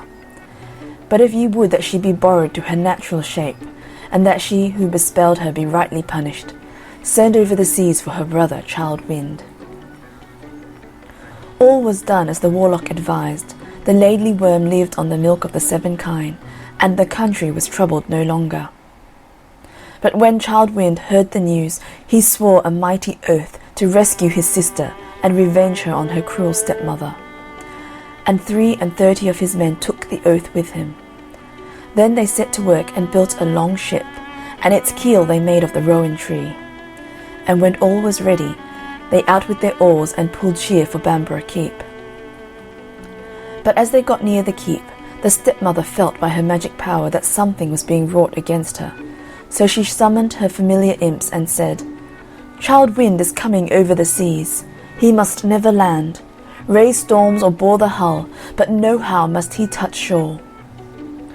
Then the imps went forth to meet Childe Wynd's ship. But when they got near, they found they had no power over the ship, for its keel was made of the rowan tree. So back they came to the Queen Witch, who knew not what to do. She ordered her men-at-arms to resist Childe Wynd if he should land near them, and by her spells she caused the Laidly Worm to wait by the entrance of the harbour. As the ship came near, the worm unfolded its coils, and dipping into the sea, caught hold of the ship of Childe Wynd, and banged it off the shore. 3 times Childe Wynd urged his men on to row bravely and strong, but each time the Laidly Worm kept it off the shore. Then Childe Wynd ordered the ship to be put about, and the Witch Queen thought he had given up the attempt. But instead of that, he only rounded the next point and landed safe and sound in Budle Creek, and then, with sword drawn and bow bent, rushed up followed by his men to fight the terrible worm that had kept him from landing. But the moment Childe Wynd had landed, the Witch Queen's power over the Laidly Worm had gone, and she went back to her bower all alone, not an imp nor a man-at-arms to help her, for she knew her hour was come. So when Childe Wynd came rushing up to the Laidly Worm, it made no attempt to stop him or hurt him. But just as he was going to raise his sword to slay it, the voice of his own sister Margaret came from its jaws, saying, "O quit your sword, unbend your bow, and give me kisses 3, for though I am a poisonous worm, no harm I'll do to thee." Childe Wynd stayed his hand, but he did not know what to think if some witchery were not in it. Then said the Laidly Worm again, "O quit your sword, unbend your bow, and give me kisses 3. If I'm not one ere set of sun, one never shall I be." Then Childe Wynd went up to the Laidly Worm and kissed it once, but no change came over it. Then Childe Wynd kissed it once more, but yet no change came over it. For a 3rd time he kissed the loathsome thing, and with a hiss and a roar the Laidly Worm reared back, and before Childe Wynd stood his sister Margaret. He wrapped his cloak about her, and then went up to the castle with her. When he reached the keep, he went off to the Witch Queen's bower, and when he saw her, he touched her with a twig of a rowan tree. No sooner had he touched her than she shriveled up, till she became a huge, ugly toad, with bold, staring eyes and a horrible hiss. She croaked and she hissed, and then hopped away down the castle steps, and Childe Wynd took his father's place as king, and they all lived happy afterwards. But to this day the loathsome toad is seen at times, haunting the neighbourhood of Bamborough Keep, and the wicked Witch Queen is a Laidly Toad. End of chapter 33. The Laidly Worm of Spindleston Heugh. Chapter 34. The Cat and the Mouse. The cat and the mouse played in the malt house. The cat bit the mouse's tail off. "Pray, puss, give me my tail." "No," says the cat, "I'll not give you your tail till you go to the cow and fetch me some milk." First she leapt and then she ran, till she came to the cow and thus began, "Pray, cow, give me milk, that I may give cat milk, that cat may give me my own tail again." "No," said the cow, "I will give you no milk till you go to the farmer and get me some hay." First she leapt and then she ran, till she came to the farmer and thus began, "Pray, farmer, give me hay, that I may give cow hay, that cow may give me milk, that I may give cat milk, that cat may give me my own tail again." "No," says the farmer, "I'll give you no hay till you go to the butcher and fetch me some meat." First she leapt and then she ran, till she came to the butcher, and thus began. Pray, butcher, give me meat, that I may give farmer meat, that farmer may give me hay, that I may give cow hay, that cow may give me milk, that I may give cat milk, that cat may give me my own tail again. No, says the butcher, I'll give you no meat, till you go to the baker and fetch me some bread.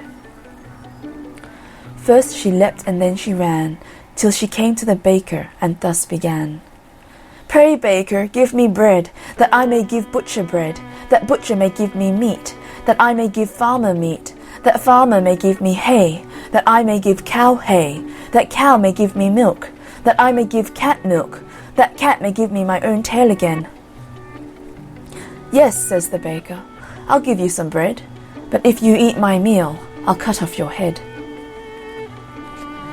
Then the baker gave mouse bread, and mouse gave butcher bread, and butcher gave mouse meat, and mouse gave farmer meat, and farmer gave mouse hay, and mouse gave cow hay, and cow gave mouse milk, and mouse gave cat milk, and cat gave mouse her own tail again.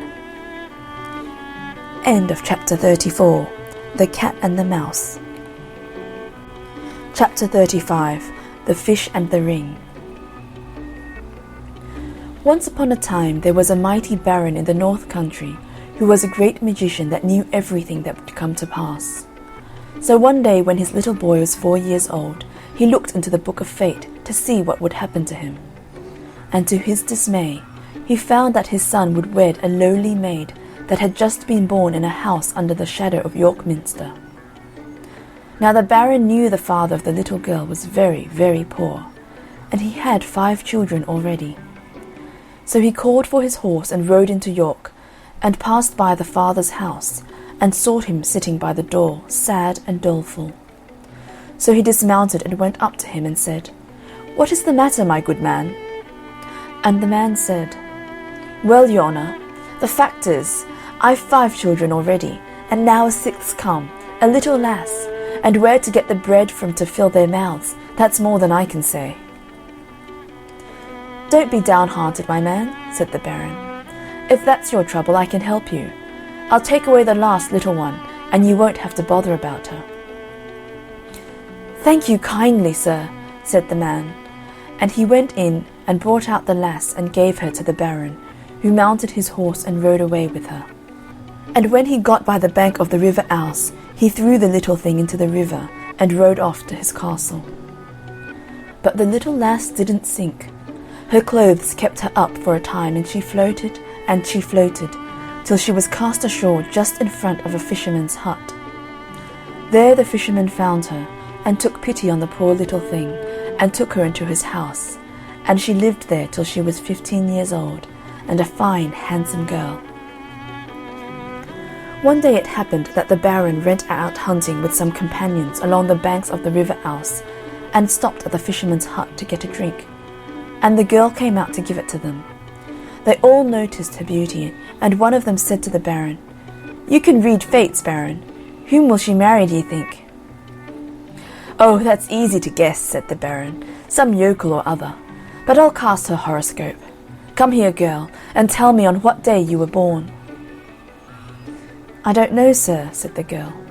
I was picked up just here after having been brought down by the river about 15 years ago. Then the baron knew who she was, and when they went away, he rode back and said to the girl, Hark ye, girl, I will make your fortune. Take this letter to my brother in Scarborough, and you'll be settled for life. And the girl took the letter and said she would go. Now this was what he had written in the letter. Dear brother, take the bearer and put her to death immediately. Yours affectionately, Albert. So soon after the girl set out for Scarborough, and slept for the night at a little inn. Now that very night a band of robbers broke into the inn and searched the girl, who had no money and only the letter. So they opened this and read it, and thought it a shame.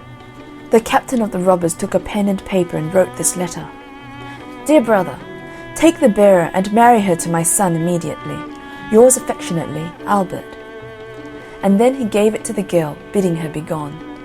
So she went on to the baron's brother at Scarborough, a noble knight with whom the Baron's son was staying. When she gave the letter to his brother, he gave orders for the wedding to be prepared at once, and they were married that very day. Soon after, the Baron himself came to his brother's castle, and what was his surprise to find that the very thing he had plotted against had come to pass. But he was not to be put off that way, and he took out the girl for a walk, as he said, along the cliffs. And when he got her all alone, he took her by the arms, and was going to throw her over. But she begged hard for her life. "I have not done anything," she said. "If you will only spare me, I will do whatever you wish. I will never see you or your son again till you desire it." Then the Baron took off his gold ring and threw it into the sea, saying, "Never let me see your face till you can show me that ring." And he let her go. The poor girl wandered on, till at last she came to a great noble's castle, and she asked to have some work given to her, and they made her the scullion girl of the castle, for she had been used to such work in the fisherman's hut. Now one day, who should she see coming up to the noble's house but the Baron and his brother and his son, her husband? She didn't know what to do, but thought they would not see her in the castle kitchen. So she went back to her work with a sigh, and set to cleaning a huge big fish that was to be boiled for their dinner. And as she was cleaning it, she saw something shine inside it. And what do you think she found? Why, there was the Baron's ring, the very one he had thrown over the cliff at Scarborough. She was right glad to see it, you may be sure. Then she cooked the fish as nicely as she could, and served it up. Well, when the fish came on the table, the guests liked it so well that they asked the noble who cooked it. He said he didn't know, but called to his servants, "Ho there! Send up the cook that cooked that fine fish." So they went down to the kitchen and told the girl she was wanted in the hall. Then she washed and tidied herself, and put the Baron's gold ring on her thumb, and went up into the hall. When the banqueters saw such a young and beautiful cook, they were surprised. But the Baron was in a tower of a temper, and started up as if he would do her some violence. So the girl went up to him with her hand before her with the ring on it, and she put it down before him on the table. Then at last the Baron saw that no one could fight against fate, and he handed her to a seat, and announced to all the company that this was his son's true wife. And he took her and his son home to his castle, and they all lived as happy as could be ever afterwards. End of chapter 35. The Fish and the Ring. Chapter 36. The Magpie's Nest. Once upon a time, when pigs spoke rhyme, and monkeys chewed tobacco, and hens took snuff to make them tough, and ducks went quack, quack, quacko. All the birds of the air came to the magpie, and asked her to teach them how to build nests, for the magpie is the cleverest bird of all at building nests. So she put all the birds round her and began to show them how to do it. First of all, she took some mud and made a sort of round cake with it. "Oh, that's how it's done," said the thrush, and away it flew. And so that's how thrushes build their nests. Then the magpie took some twigs and arranged them round in the mud. "Now I know all about it," says the blackbird, and off he flew. And that's how the blackbirds make their nests to this very day. Then the magpie put another layer of mud over the twigs. "Oh, that's quite obvious," said the wise owl, and away it flew, and owls have never made better nests since. After this the magpie took some twigs and twined them round the outside. "The very thing," said the sparrow, and off he went. So sparrows make rather slovenly nests to this day. Well, then Madge Magpie took some feathers and stuff, and lined the nest very comfortably with it. "That suits me," cried the starling, and off it flew. And very comfortable nests have starlings. So it went on, every bird taking away some knowledge of how to build nests, but none of them waiting to the end. Meanwhile, Madge Magpie went on working and working, without looking up, till the only bird that remained was the turtle dove, and that hadn't paid any attention all along, but only kept on saying its silly cry, "Take two, Taffy, take two!" At last the magpie heard this just as she was putting a twig across, so she said, "One's enough." But the turtle dove kept on saying, "Take two, Taffy, take two!" Then the magpie got angry and said, "One's enough, I tell you." Still the turtle dove cried, "Take two, Taffy, take two!" At last, the magpie looked up and saw nobody near her but the silly turtle dove, and then she got rare angry and flew away and refused to tell the birds how to build nests again. And that is why different birds build their nests differently. End of chapter 36, The Magpie's Nest. Chapter 37, Kate Crackernuts. Once upon a time there was a king and a queen, as in many lands have been. The king had a daughter, Anne, and the queen had one named Kate. But Anne was far bonnier than the queen's daughter, though they loved one another like real sisters. The queen was jealous of the king's daughter being bonnier than her own, and cast about to spoil her beauty. So she took counsel of the henwife, who told her to send the lassie to her next morning fasting. So next morning early the queen said to Anne, "Go, my dear, to the henwife in the glen, and ask her for some eggs." So Anne set out, but as she passed through the kitchen she saw a crust, and she took and munched it as she went along. When she came to the henwife's, she asked for eggs, as she had been told to do. The henwife said to her, "Lift the lid off that pot there and see." The lassie did so, but nothing happened. "Go home to your Minnie and tell her to keep her larder door better locked," said the henwife. So she went home to the queen and told her what the henwife had said. The queen knew from this that the lassie had had something to eat, so watched the next morning and sent her away fasting. But the princess saw some country folk picking peas by the roadside, and being very kind, she spoke to them and took a handful of the peas, which she ate by the way. When she came to the henwife, she said, "Lift the lid off that pot and you'll see." So Anne lifted the lid, but nothing happened. Then the henwife was rare angry and said to Anne, "Tell your Minnie the pot won't boil if the fire's away." So Anne went home and told the queen. The third day the queen goes along with the girl herself to the henwife. Now this time, when Anne lifted the lid off the pot, off falls her own pretty head, and on jumps a sheep's head. So the queen was now quite satisfied, and went home. Her own daughter Kate, however, took a fine linen cloth and wrapped it round her sister's head, and took her by the hand, and they both went out to seek their fortune. They went on, and they went on, and they went on, till they came to a castle. Kate knocked at the door and asked for a night's lodging for herself and a sick sister. They went in and found it was a king's castle who had 2 sons, and one of them was sickening away to death, and no one could find out what ailed him.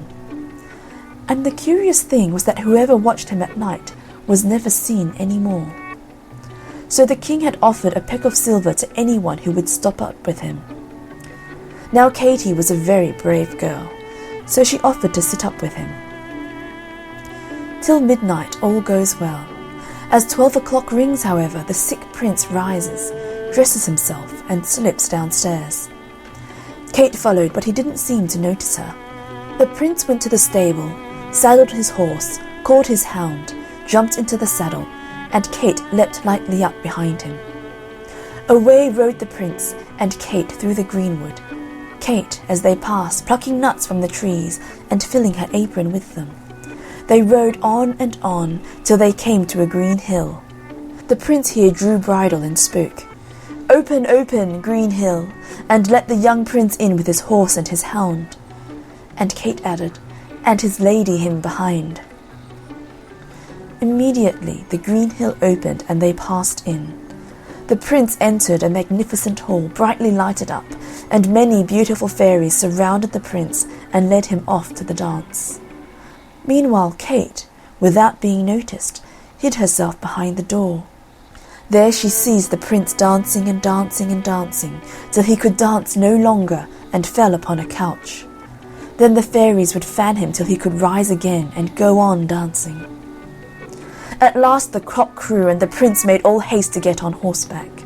Kate jumped up behind, and home they rode. When the morning sun rose, they came in and found Kate sitting down by the fire and cracking her nuts. Kate said the prince had a good night, but she would not sit up another night unless she was to get a peck of gold. The second night passed as the first had done. The prince got up at midnight and rode away to the green hill and the fairy ball, and Kate went with him, gathering nuts as they rode through the forest. This time she did not watch the prince, for she knew he would dance and dance and dance. But she sees a fairy baby playing with a wand, and overhears one of the fairies say, 3 strokes of that wand would make Kate's 6 sister as bonny as ever she was. So Kate rolled nuts to the fairy baby, and rolled nuts till the baby toddled after the nuts and let fall the wand. And Kate took it up and put it in her apron. And at cock-crow they rode home as before. And the moment Kate got home to her room, she rushed and touched Anne 3 times with the wand, and the nasty sheep's head fell off, and she was her own pretty self again.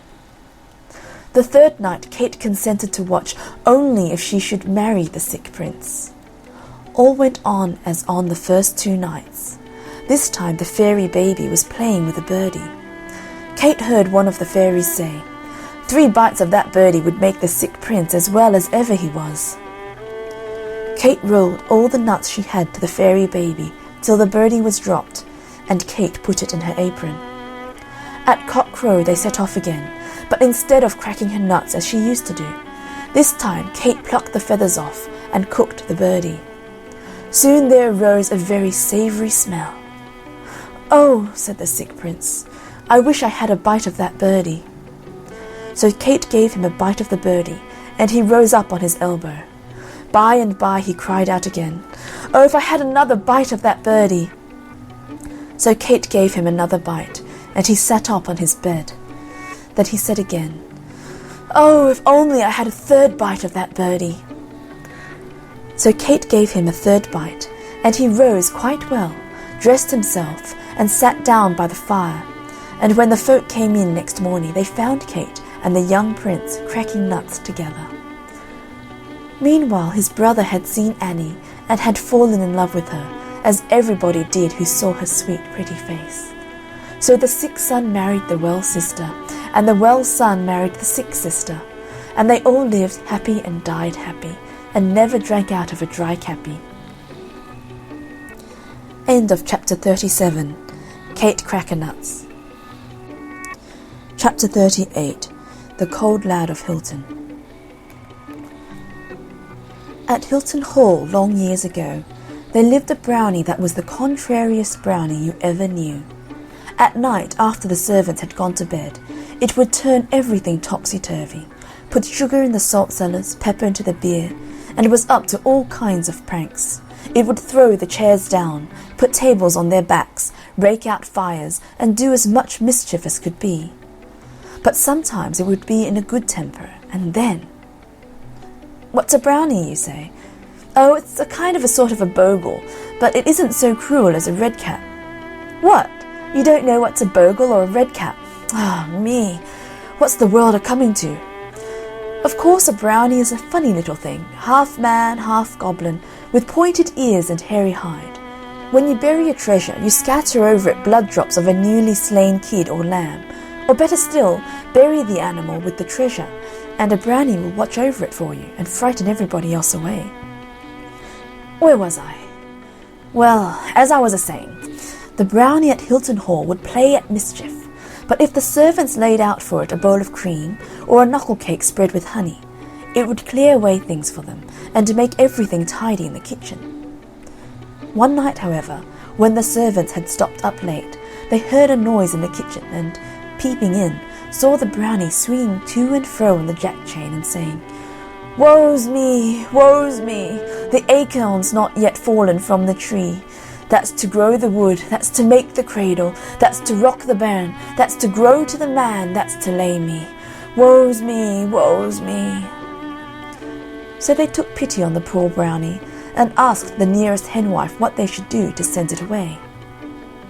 "That's easy enough," said the henwife, and told them that a brownie that's paid for its service in aught that's not perishable goes away at once.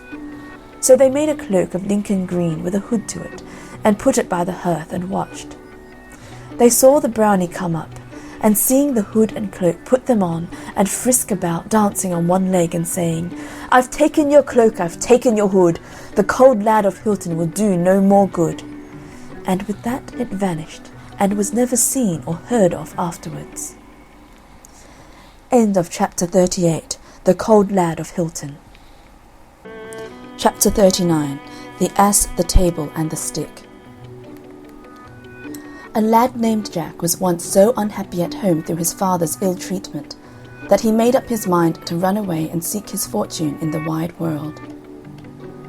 He ran and he ran till he could run no longer, and then he ran right up against a little old woman who was gathering sticks. He was too much out of breath to beg pardon, but the woman was good-natured, and she said he seemed to be a likely lad, so she would take him to be her servant and would pay him well. He agreed, for he was very hungry, and she brought him to her house in the wood, where he served her for 12 months and a day. When the year had passed, she called him to her, and said she had good wages for him. So she presented him with an ass out of the stable, and he had but to pull Neddy's ears to make him begin at once to eeyore. And when he brayed, there dropped from his mouth silver sixpences, and half-crowns, and golden guineas. The lad was well pleased with the wage he had received, and away he rode till he reached an inn.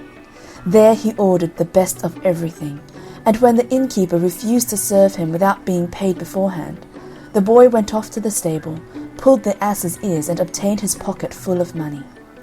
The host had watched all this through a crack in the door, and when night came on he put an ass of his own for the precious Neddy of the poor youth. So Jack, without knowing that any change had been made, rode away next morning to his father's house. Now I must tell you that near his home dwelt a poor widow with an only daughter. The lad and the maiden were fast friends and true loves, but when Jack asked his father's leave to marry the girl, "Never till you have the money to keep her," was the reply. "I have that, father," said the lad, and going to the ass he pulled its long ears. Well, he pulled and he pulled, till one of them came off in his hands. But Neddy, though he hee-hawed and he hee-hawed, let fall no half-crowns or guineas. The father picked up a hay-fork and beat his son out of the house. I promise you he ran. He ran and ran till he came bang against the door and burst it open, and there he was in a joiner's shop. "You're a likely lad," said the joiner. "Serve me for 12 months and a day, and I will pay you well." So he agreed, and served the carpenter for a year and a day. "Now," said the master, "I will give you your wage." And he presented him with a table, telling him he had but to say, "Table, be covered," and at once it would be spread with lots to eat and drink. Jack hitched the table on his back, and away he went with it till he came to the inn. "Well, host," shouted he, "my dinner to-day, and that of the best." "Very sorry, but there is nothing in the house but ham and eggs." "Ham and eggs for me!" exclaimed Jack. "I can do better than that. Come, my table, be covered." At once the table was spread with turkey and sausages, roast mutton, potatoes, and greens. The publican opened his eyes, but he said nothing, not he. That night he fetched down from his attic a table very like that of Jack, and exchanged the two. Jack, none the wiser, next morning hitched the worthless table onto his back and carried it home. "Now, father, may I marry my lass?" he asked. "Not unless you can keep her," replied the father. "Look here!" exclaimed Jack. "Father, I have a table which does all my bidding." "Let me see it," said the old man. The lad set it in the middle of the room, and bade it be covered, but all in vain, the table remained bare.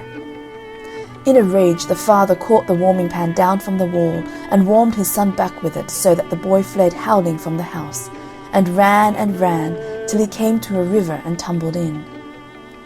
A man picked him out and bade him assist him in making a bridge over the river.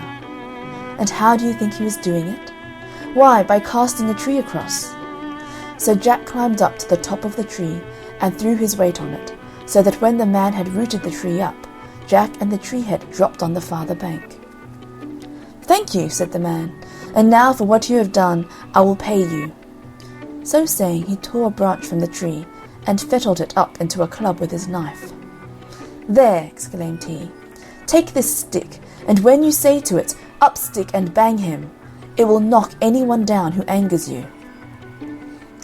The lad was overjoyed to get this stick, so away he went with it to the inn, and as soon as the publican appeared, "Up stick and bang him," was his cry. At the word, the cudgel flew from his hand and battered the old publican on the back, rapped his head, bruised his arms, tickled his ribs, till he fell groaning on the floor. Still the stick belaboured the prostrate man, nor would Jack call it off till he had got back the stolen ass and table. Then he galloped home on the ass with the table on his shoulders and the stick in his hand. When he arrived there, he found his father was dead. So he brought his ass into the stable and pulled its ears till he had filled the manger with money. It was soon known through the town that Jack had returned rolling in wealth, and accordingly all the girls in the place set their caps at him. "Now," said Jack, "I shall marry the richest lass in the place, so tomorrow do you all come in front of my house with your money and your aprons." Next morning the street was full of girls with aprons held out, and gold and silver in them. But Jack's own sweetheart was among them, and she had neither gold nor silver, naught but 2 copper pennies, that was all she had. "Stand aside, lass," said Jack to her, speaking roughly. "Thou hast no silver nor gold, stand off from the rest." She obeyed, and the tears ran down her cheeks and filled her apron with diamonds. "Up stick and bang them," exclaimed Jack, whereupon the cudgel leapt up, and running along the line of girls, knocked them all on the heads and left them senseless on the pavement. Jack took all their money and poured it into his true love's lap. "Now, lass," he exclaimed, "thou art the richest, and I shall marry thee." End of chapter 39. The Ass, the Table, and the Stick. Chapter 40. Fairy Ointment. Dame Goody was a nurse that looked after sick people and minded babies. One night she was woke up at midnight, and when she went downstairs, she saw a strange, squinny-eyed, little ugly old fellow, who asked her to come to his wife who was too ill to mind her baby. Dame Goody didn't like the look of the old fellow, but business is business, so she popped on her things and went down to him. And when she got down to him, he whisked her up onto a large coal-black horse with fiery eyes that stood at the door. And soon they were going at a rare pace, Dame Goody holding on to the old fellow like grim death. They rode and they rode, till at last they stopped before a cottage door. So they got down and went in, and found the good woman abed with the children playing about, and the babe, a fine bouncing boy, beside her. Dame Goody took the babe, which was as fine a baby boy as you'd wish to see.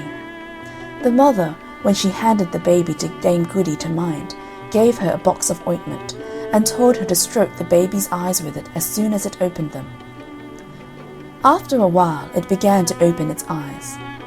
Dame Goody saw that it had squinny eyes just like its father, so she took the box of ointment and stroked its 2 eyelids with it. But she couldn't help wondering what it was for, as she had never seen such a thing done before. So she looked to see if the others were looking, and when they were not noticing, she stroked her own right eyelid with the ointment. No sooner had she done so than everything seemed to change about her. The cottage became elegantly furnished. The mother in the bed was a beautiful lady dressed up in white silk. The little baby was still more beautiful than before, and its clothes were made of a sort of silvery gauze. Its little brothers and sisters around the bed were flat-nosed imps with pointed ears who made faces at one another and scratched their poles. Sometimes they would pull the sick lady's ears with their long and hairy paws. In fact, they were up to all kinds of mischief, and Dame Goody knew that she had got into a house of pixies.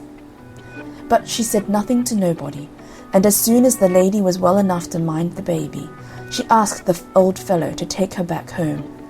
So he came round to the door with the coal-black horse with eyes of fire, and off they went as fast as before, or perhaps a little faster, till they came to Dame Goody's cottage, where the squinny-eyed old fellow lifted her down and left her, thanking her civilly enough, and paying her more than she had ever been paid before for such service.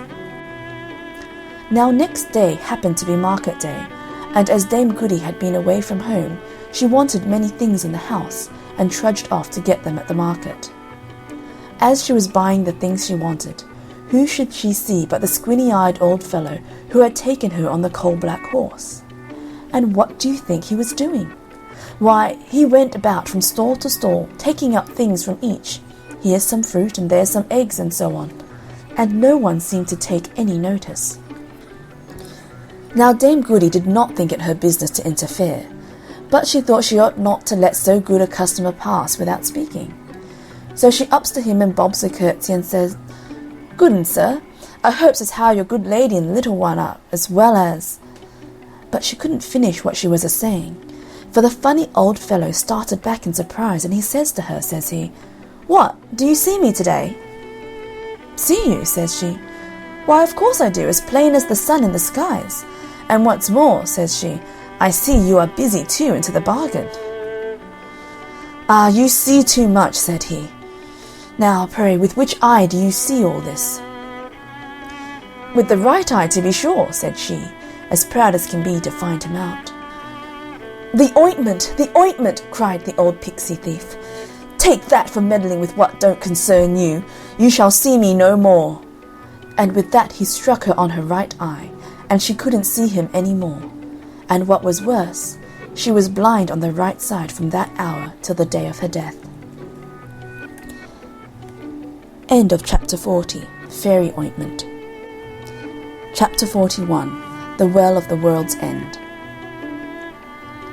Once upon a time, and a very good time it was, though it wasn't in my time, nor in your time, nor anyone else's time. There was a girl whose mother had died, and her father had married again, and her stepmother hated her because she was more beautiful than herself, and she was very cruel to her. She used to make her do all the servants' work, and never let her have any peace. At last one day the stepmother thought to get rid of her altogether.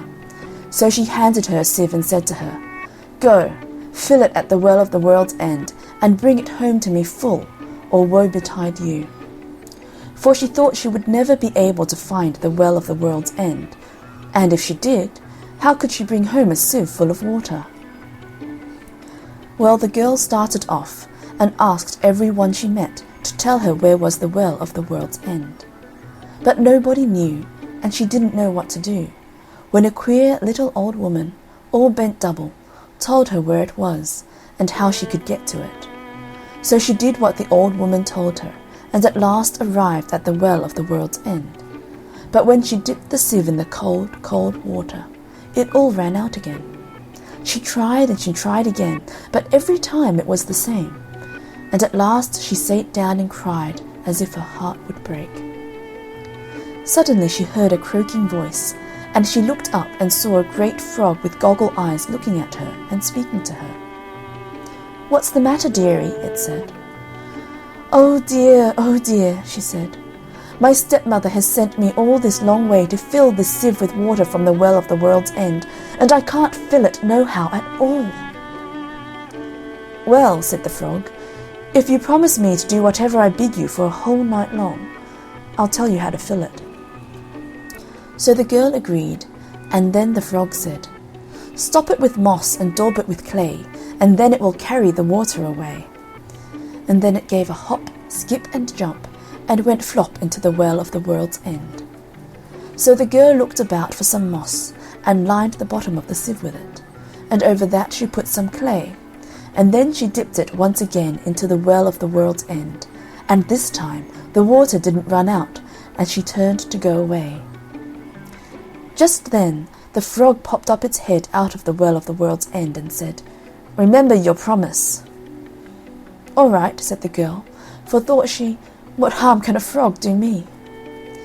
So she went back to her stepmother and brought the sieve full of water from the well of the world's end. The stepmother was fine and angry, but she said nothing at all. That very evening they heard something tap-tapping at the door low down, and a voice cried out, "Open the door, my hinny, my heart. Open the door, my own darling. Mind you the words that you and I spoke, down in the meadow at the world's end well." "Whatever can that be?" cried out the stepmother, and the girl had to tell her all about it, and what she had promised the frog. "Girls must keep their promises," said the stepmother.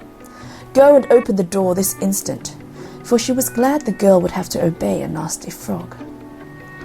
So the girl went and opened the door, and there was the frog from the well of the world's end, and it hopped and it skipped and it jumped till it reached the girl, and then it said, "Lift me to your knee, my hinny, my heart. Lift me to your knee, my own darling. Remember the words you and I spoke, down in the meadow by the world's end well." But the girl didn't like to, till her stepmother said, "Lift it up this instant, you hussy. Girls must keep their promises."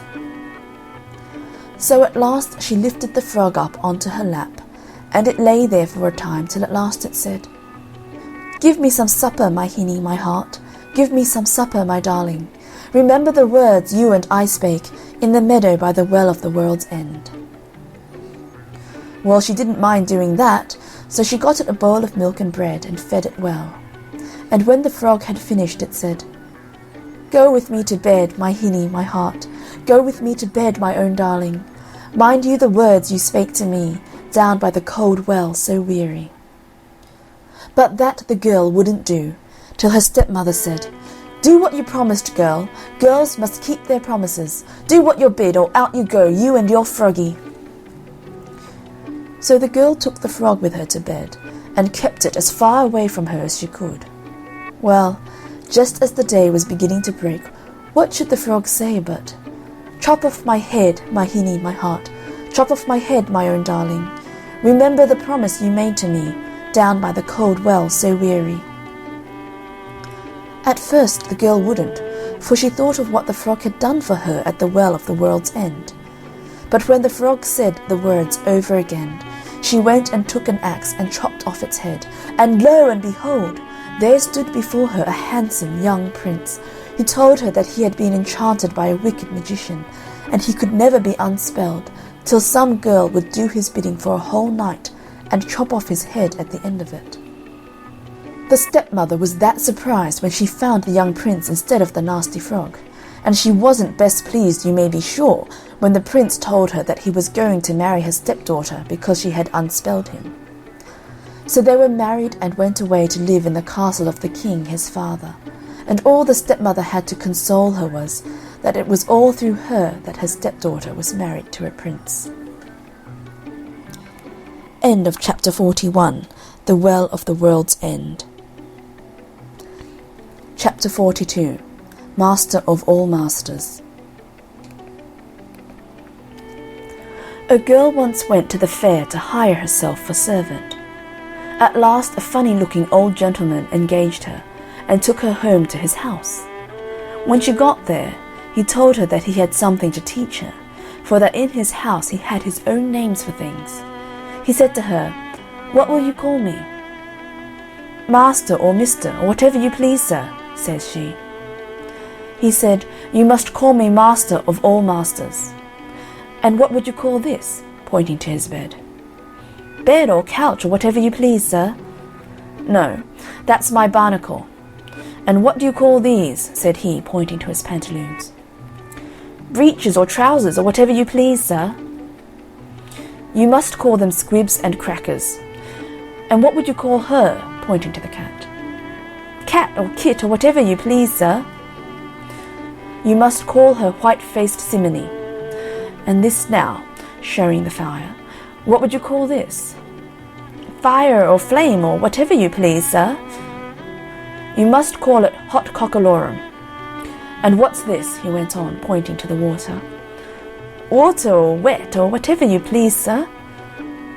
"No, Pondalorum is its name." "And what do you call all this?" asked he, as he pointed to the house. "House or cottage or whatever you please, sir." "You must call it High Topper Mountain." That very night the servant woke her master up in a fright and said, "Master of all masters, get out of your barnacle and put on your squibs and crackers, for white-faced Simony has got a spark of hot cockalorum on its tail, and unless you get some hondalorum, high top a mountain will be all on hot cockalorum." That's all. End of chapter 42, Master of all masters. Chapter 43, The Three Heads of the Well. Long before Arthur and the Knights of the Round Table, there reigned in the eastern part of England a king who kept his court at Colchester. In the midst of all his glory, his queen died, leaving behind her an only daughter, about 15 years of age, who for her beauty and kindness was the wonder of all that knew her. But the king, hearing of a lady who had likewise an only daughter, had a mind to marry her for the sake of her riches, though she was old, ugly, hook-nosed, and humpbacked. Her daughter was a yellow dowdy, full of envy and ill nature, and, in short, was much of the same mould as her mother. But in a few weeks the king, attended by the nobility and gentry, brought his deformed bride to the palace, where the marriage rites were performed. They had not been long in the court before they set the king against his own beautiful daughter by false reports. The young princess, having lost her father's love, grew weary of the court, and one day, meeting with her father in the garden, she begged him, with tears in her eyes, to let her go and seek her fortune, to which the king consented, and ordered her mother-in-law to give her what she pleased. She went to the queen, who gave her a canvas bag of brown bread and hard cheese, with a bottle of beer, though this was but a pitiful dowry for a king's daughter. She took it with thanks, and proceeded on her journey, passing through groves, woods, and valleys, till at length she saw an old man sitting on a stone at the mouth of a cave, who said, "Good morrow, fair maiden, whither away so fast?" "Aged father," says she, "I am going to seek my fortune." "What have you got in your bag and bottle?" "In my bag I have got bread and cheese, and in my bottle good small beer. Would you like to have some?" "Yes," said he, "with all my heart." With that the lady pulled out her provisions, and bade him eat and welcome. He did so, and gave her many thanks, and said, "There is a thick thorny hedge before you, which you cannot get through. But take this wand in your hand, strike it 3 times, and say, 'Pray, hedge, let me come through,' and it will open immediately. Then a little further you will find a well. Sit down on the brink of it, and there will come up 3 golden heads which will speak, and whatever they require, that do." Promising she would, she took her leave of him. Coming to the hedge, and using the old man's wand, it divided and let her through. Then, coming to the well, she had no sooner sat down than a golden head came up singing, "Wash me and comb me, and lay me down softly, and lay me on a bank to dry, that I may look pretty when somebody passes by." "Yes," said she, and taking it in her lap, combed it with a silver comb, and then placed it upon a primrose bank. Then up came a second and a third head, saying the same as the former. So she did the same for them, and then, pulling out her provisions, sat down to eat her dinner. Then said the heads one to another, "What shall we weird for this damsel who has used us so kindly?" The first said, "I weird her to be so beautiful that she shall charm the most powerful prince in the world." The second said, "I weird her such a sweet voice as shall far exceed the nightingale." The third said, "My gift shall be none of the least, as she is a king's daughter. I'll weird her so fortunate that she shall become queen to the greatest prince that reigns." She then let them down into the well again, and so went on her journey. She had not travelled long before she saw a king hunting in the park with his nobles. She would have avoided him, but the king, having caught a sight of her, approached, and what with her beauty and sweet voice, fell desperately in love with her, and soon induced her to marry him. This king, finding that she was the king of Colchester's daughter, ordered some chariots to be got ready, that he might pay the king, his father-in-law, a visit. The chariot in which the king and queen rode was adorned with rich gems of gold. The king, her father, was at first astonished that his daughter had been so fortunate, till the young king let him know of all that had happened. Great was the joy at court amongst all, with the exception of the queen and her club-footed daughter, who were ready to burst with envy. The rejoicings with feasting and dancing continued many days. Then at length they returned home with the dowry her father gave her. The humpbacked princess, perceiving that her sister had been so lucky in seeking her fortune, wanted to do the same. So she told her mother, and all preparations were made, and she was furnished with rich dresses and with sugar, almonds, and sweetmeats in great quantities, and a large bottle of Malaga sack. With these she went the same road as her sister, and coming near the cave the old man said, "Young woman, whither so fast?" "What's that to you?" said she. Then said he, "What have you in your bag and bottle?" She answered, "Good things which you shall not be troubled with." "Won't you give me some?" said he.